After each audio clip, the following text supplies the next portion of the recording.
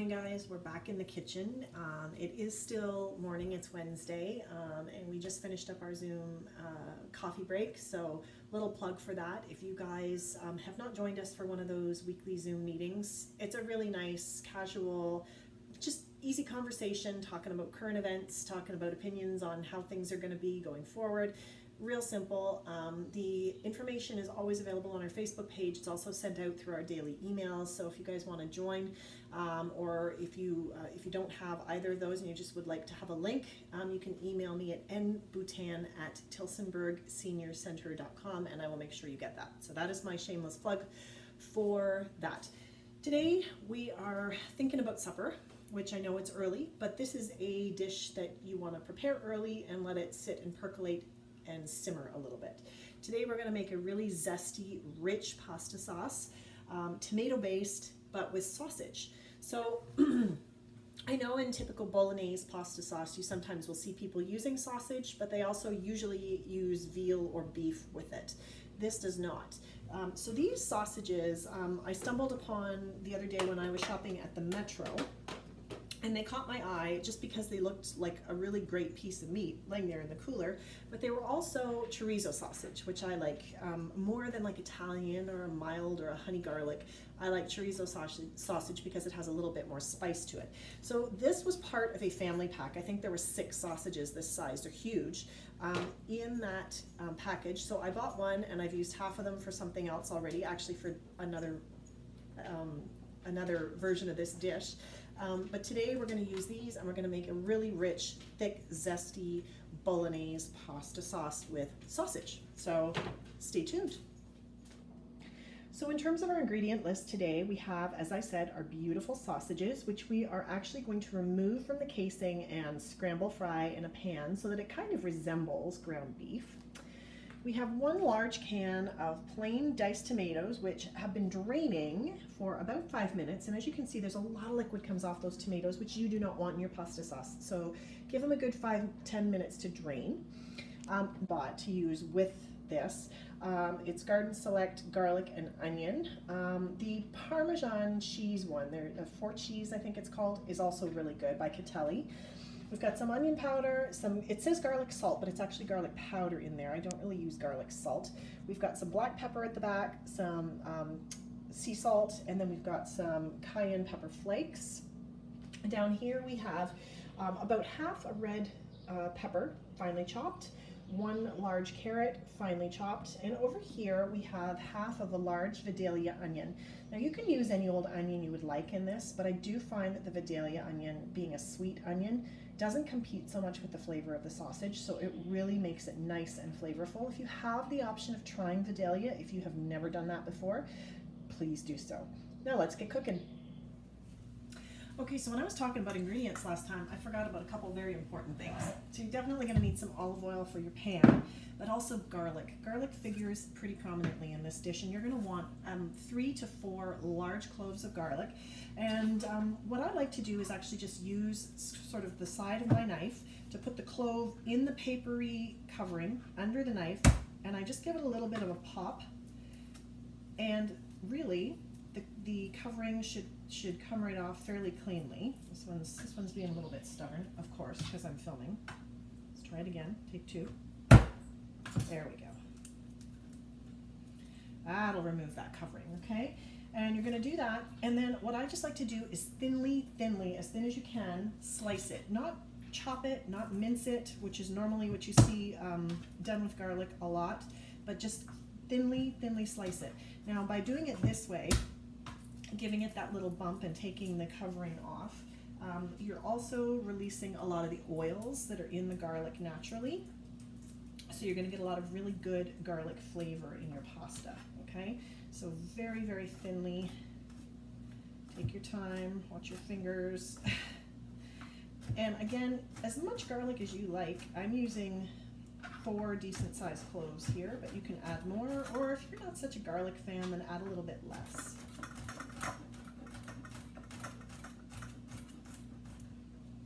Okay, so you end up with something that's very thinly sliced, but I can really smell the garlic. So if you can really smell it when you're chopping it, after bumping it with your knife, you know you're gonna have good garlic flavor. Now let's get a fairly deep frying pan, get some olive oil in the pan, and then we're gonna get all of this started. Alrighty, so we've got our pan heating up on the stove. I'm gonna get about a tablespoon of olive oil in there. Once it's nice and hot, we're going to first add our vegetables. Okay, so our carrot, our pepper, and our Vidalia onion. And once that's in and we've mixed it around, we're going to add the garlic. The reason I'm doing it this way is the last thing you ever want in a recipe is burnt garlic. It is so awful. It tastes terrible, terrible, terrible. So by putting these ingredients, which are cold, into the pan, it's going to lower the heat of that olive oil a little bit so that the initial shock of putting that garlic in there, it's not going into a scorching, scorching hot pan. It will build up temperature. And then you want to saute these until these vegetables are starting to get soft. But you don't want to do it over too high heat. I like to knock my heat back a little bit. You don't want anything to burn or crisp when you're doing this, okay? So our oil is looking like it's hot. Yep.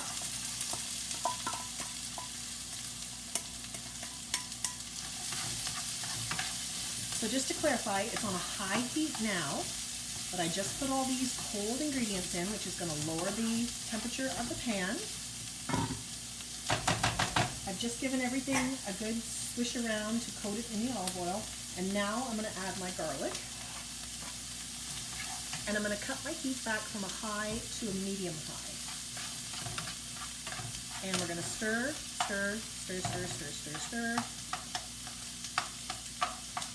And you can immediately smell that garlic, and that's what you want. You want to smell the garlic cooking and mingling with those other flavors, but you do not want to smell it burning, okay? So I'm going to leave that to get friendly.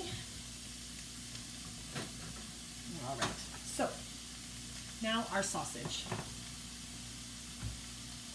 So some people like to just slice it into rounds. You can do that, but I just find you get a much superior flavor if you just run a knife along the length of the sausage and pull the meat out of the casing, okay? So what we're going to do once I get all of these out of the casing is we're going to add it to our veggies, which I'm going to give another little stir. Good, they're looking good. And you really only need to saute these veggies long enough for the time it takes you to get your sausage out of the casing here. Now again, this thawed in the fridge overnight, so it is fully thawed. You can do it when it's semi-frozen, but it's going to take you longer. It's just more aggravation than you really need. Think about it the day before, take it out, put it in your fridge to thaw. Okay.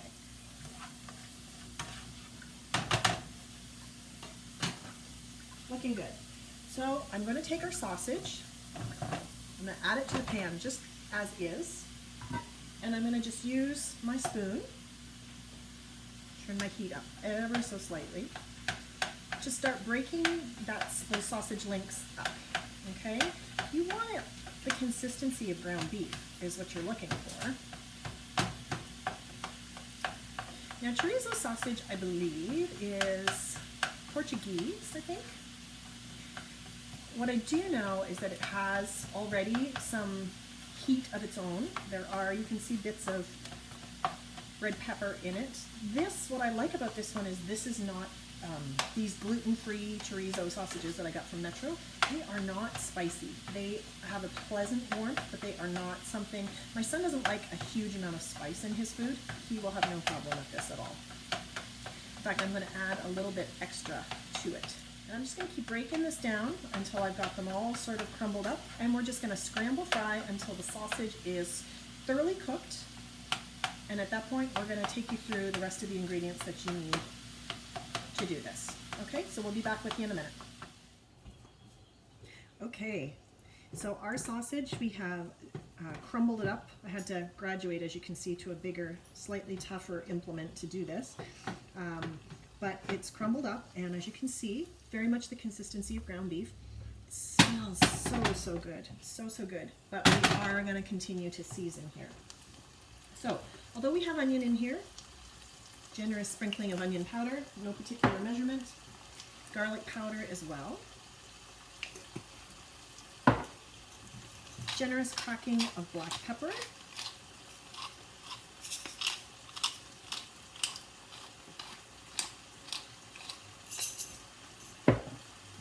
A little bit of salt.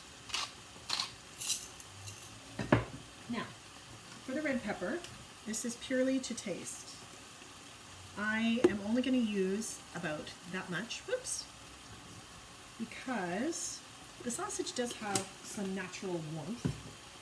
And I don't want to make this too spicy that my son's not going to enjoy it, because he's the one that's going to be eating this for supper. Oh my gosh, does this ever smell? It smells amazing right now, just absolutely amazing. All right, in go our very well drained tomatoes.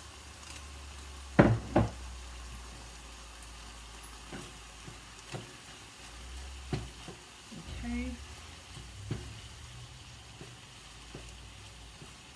There we go. Just looks a little piece of paper off the tomato can there. Okay. A good stir.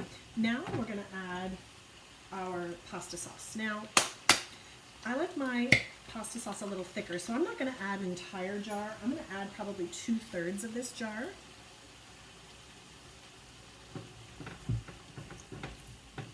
We shall see.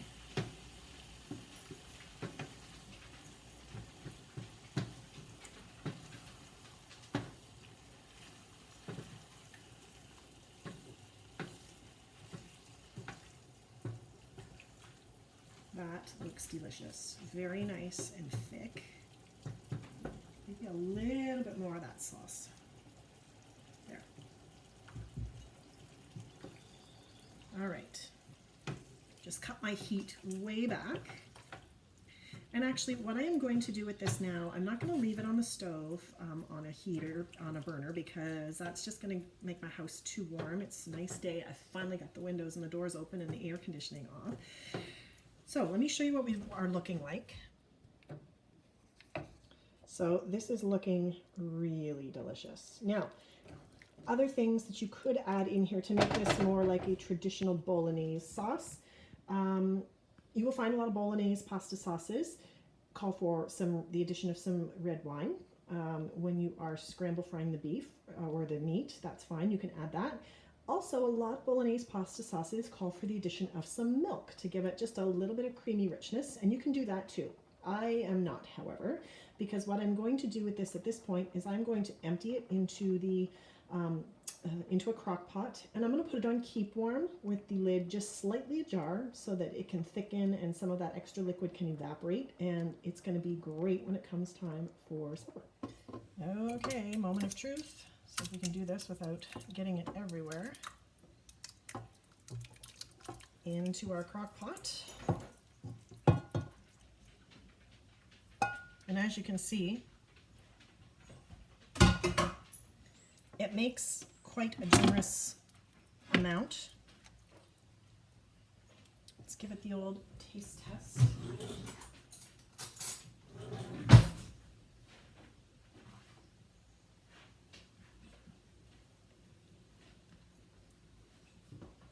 That is really good.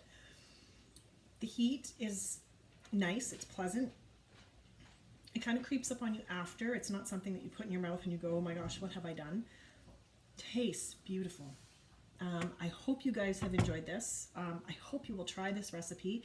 I hope you can get some of those gluten-free chorizo sausages at Metro, because they are, honestly, that is the best sausage I think I've ever had out of a grocery store here in Canada.